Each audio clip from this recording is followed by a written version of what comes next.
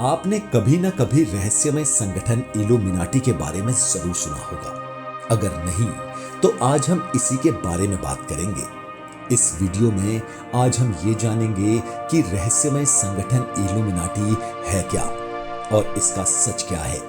कई लोगों का कहना है कि दुनिया में जो कुछ भी हो रहा है उसके पीछे इसी का हाथ है। इस रहस्यमय संगठन पर विश्वास करने वाले लोगों की माने तो फ्रांस की क्रांति के पीछे भी इल्यूमिनाटी ही जिम्मेदार था। इस संगठन की शुरुआत 18वीं सदी में हुई थी। इस दौरान ये एक खुफिया संगठन था। आज भी ऐसे कई लोग हैं जिनका मानना है कि इल्यूमिनाटी गुप्त रूप से काम कर रहा है। उनका कहना है कि दुनिया में जो कोई भी बड़ी घटना हो रही है उसके पीछे इसी का हाथ है। यही एक बड़ी वजह है जिसके चलते इल्यूमिनाटी का नाम रहस्यमय संगठनों में गिना जाता है। अब तक इसके रहस्य से पर्दा नहीं उठ सका है। तो आइए जानते हैं इल्यूमिनाटी का सच।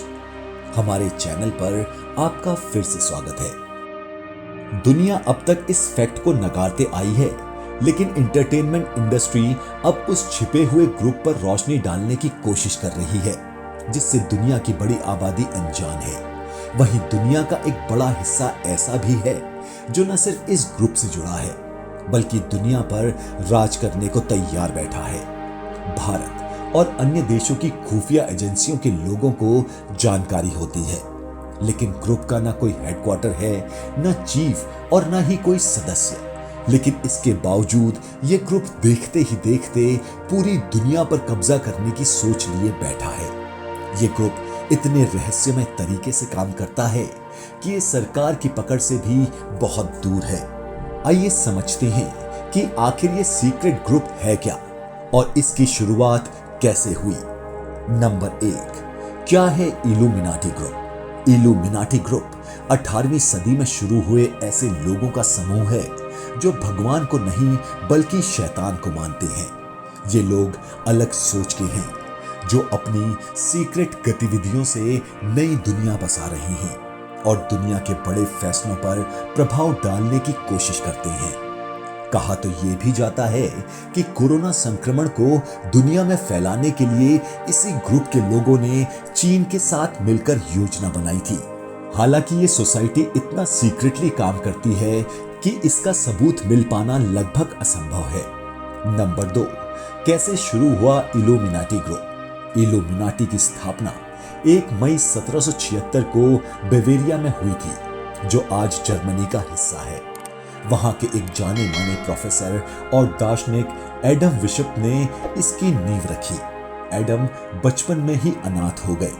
रिश्ते के एक चाचा की देखरेख में पलते हुए उन्होंने काफी सारी मुश्किलें देखी।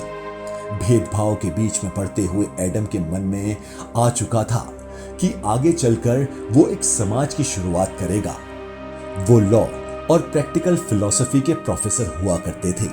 एडम की सोच थी कि कैथोलिक सोच और चर्च के नियमों के कारण कई लोग खुलकर जिंदगी नहीं जी पा रहे हैं। यहीं से उन्हें एक ऐसा ग्रुप बनाने का विचार आया जो बिना नियम के जिंदगी जिएगा, जिस पर धर्म की कोई बंदिश नहीं होगी, जो हर बेड़ियों से मुक्त मनमानी कर सकता है।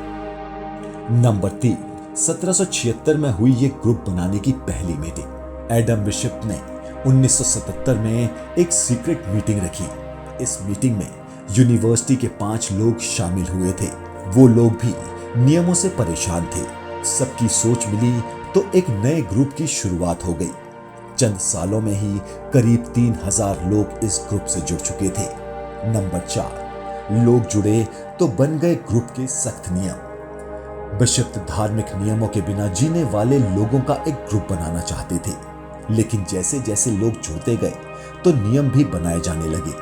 कुछ ऐसे लोग भी ग्रुप से जुड़ गए जो भगवान के खिलाफ होकर शैतान लूसीफर को पूजने लगे। शैतानी गतिविधियां शुरू हुई और ग्रुप के मायने बदलते गए। नंबर 5, इल्यूमिनाटी का लोगो।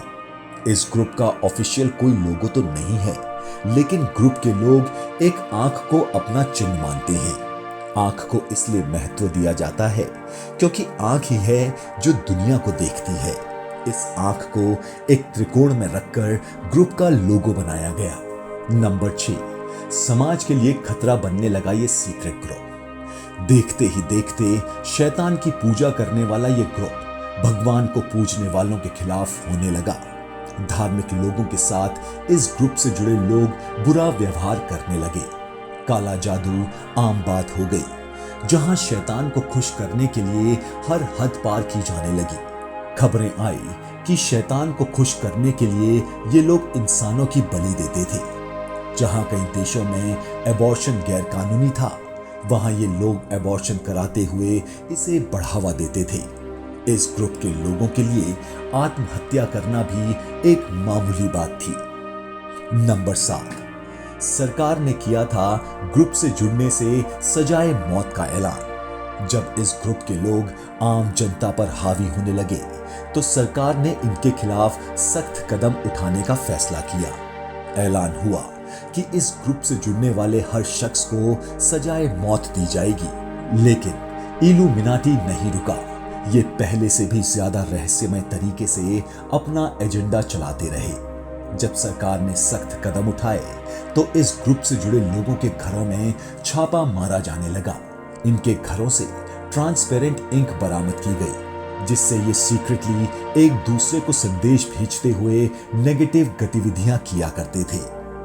नंबर 8, पड़ताल बढ़ी तो इस सीक्रेट सोसाइटी को 1780 में किया गया बंद।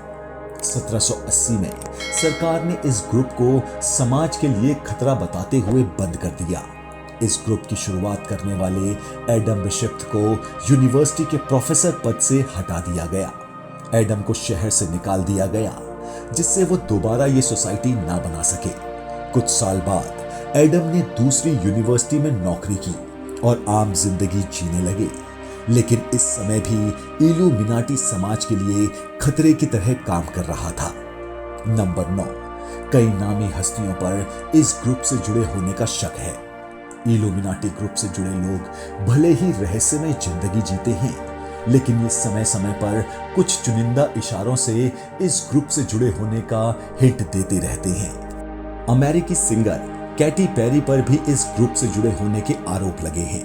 कैटी अपने म्यूजिक एल्बम और अवार्ड नाइट परफॉर्मेंस में इल्यूमिनाटी से जुड़े हुए चिन्ह दिखा चुकी हैं। Justin Bieber, Miley Cyrus, Madonna, Britney Spears, Lady Gaga, Kim Kardashian, Eminem जैसे कई सेलिब्रिटीज पर भी इस ग्रुप से जुड़े होने का शक है। ये दावा है कि कई प्रभावशाली बुद्धिजीवी और प्रतिभाशील नेताओं ने खुद को सदस्यों के रूप में गिना है। सिद्धांतकारों ने दावा किया है कि विंस्टन चर्चिल, बुश परिवार, बराक ओबामा जैसे कई प्रमुख लोग इल्यूमिनाटी के सदस्य थे या हैं। इस कॉन्स्पिरेसी थ्योरी की माने तो विश्व में हुए सबसे बड़ी घटनाओं के पीछे भी इल्यूमिनाटी का हाथ है, जैसे कि 1911 वर्ल्ड वॉर और जॉन एफ कैनेडी का कत्ल। इल्यूमिनाटी महज एक धारणा है या कोई अनसुलझा सच, ये आज तक कोई पता नहीं लगा पाया है। आपकी इस बारे में क्या राय है, हमें जरूर बताएं। अगर आपको हमारे वीडियोस पसंद आ रहे हैं तो प्लीज लाइक, शेयर, कमेंट और सब्सक्राइब जरूर करें, ताकि ऐसे ही इंटरेस्टिंग वीडियोस हम आपके लिए लाते रहें।